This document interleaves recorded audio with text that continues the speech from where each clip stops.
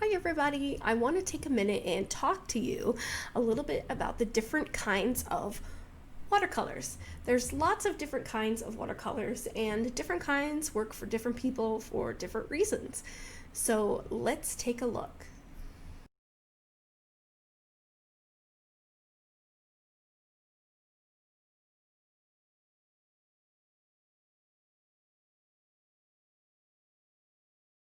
The first kind of watercolor that you might be familiar with is pan watercolors.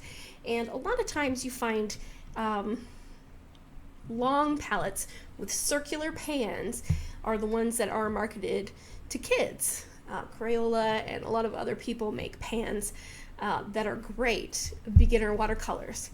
A pan set like this is a great beginning artist or student grade paint. This particular one is Windsor Newton. They make great paints. I use this pan all the time, especially for classes. And the great thing about these little pans is they're small enough. They have a little tiny brush, a detail brush in them right there.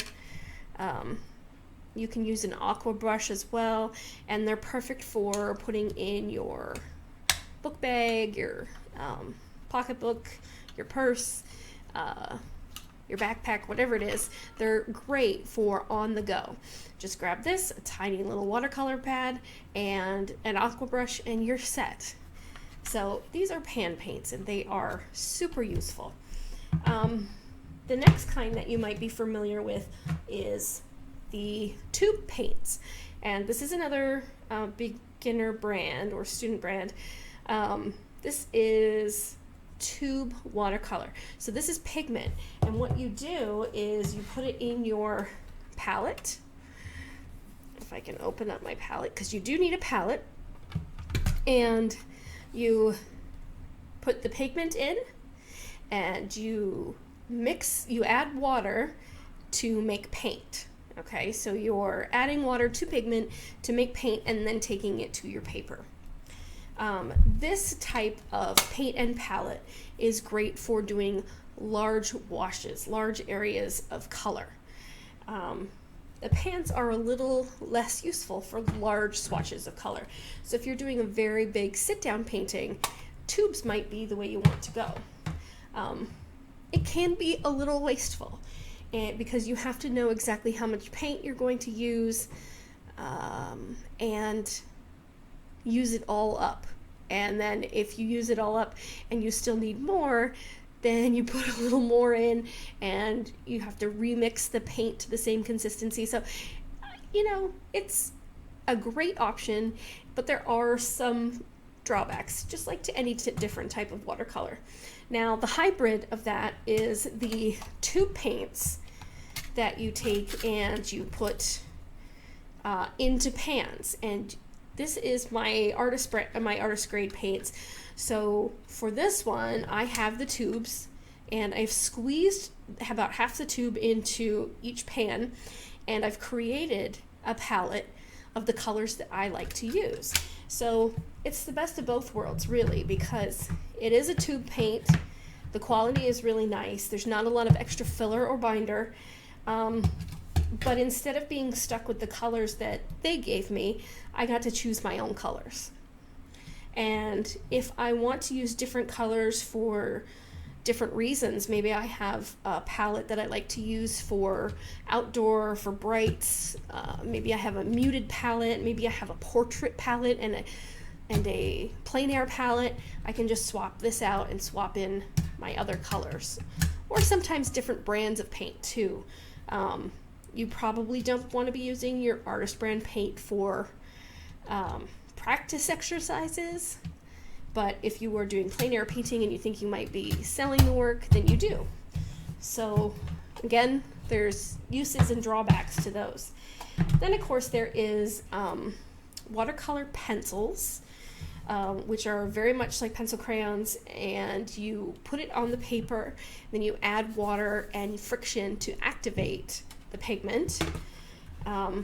And these work very similar. These are watercolor crayons. They do the same thing. You color on the paper and then you add water and friction and you activate it. And lastly, the watercolor markers, which work the same way. Now, there are liquid watercolors, but I have never used them. I'm not familiar with them, so I'm not going to be showing you how those work. But having said that, with all the different types of watercolors, why don't we take a look and see how they work? Okay, let's start with our pan paints.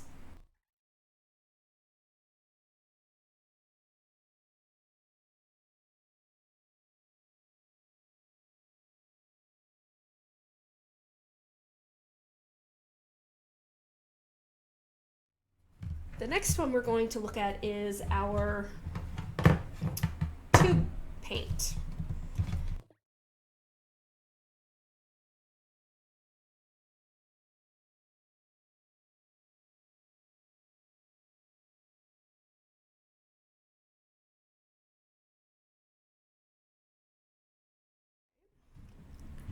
So there's our tube paint, nice clean color too.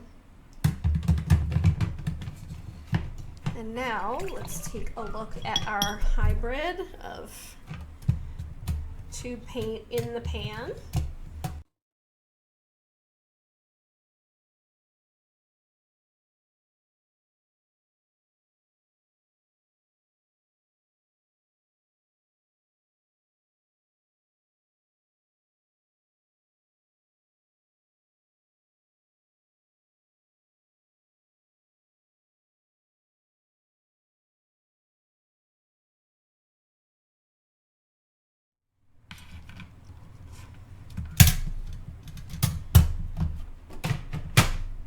Okay.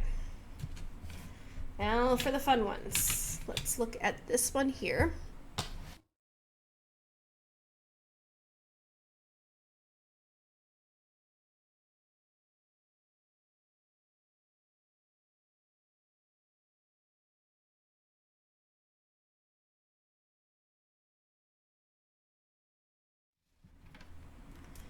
Okay.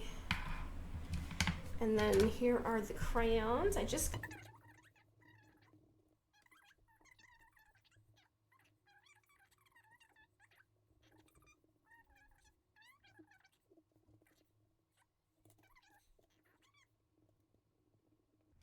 watercolor. I think she calls them pastels. They are crayons. Definitely. Well, I don't know where that came from. And finally, we have the Arteza real brush pen watercolor markers.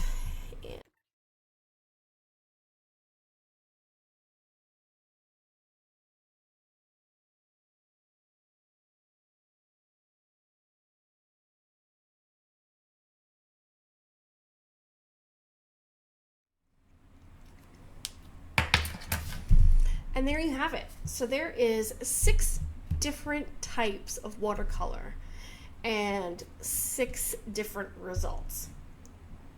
They're actually kind of the same result, aren't they?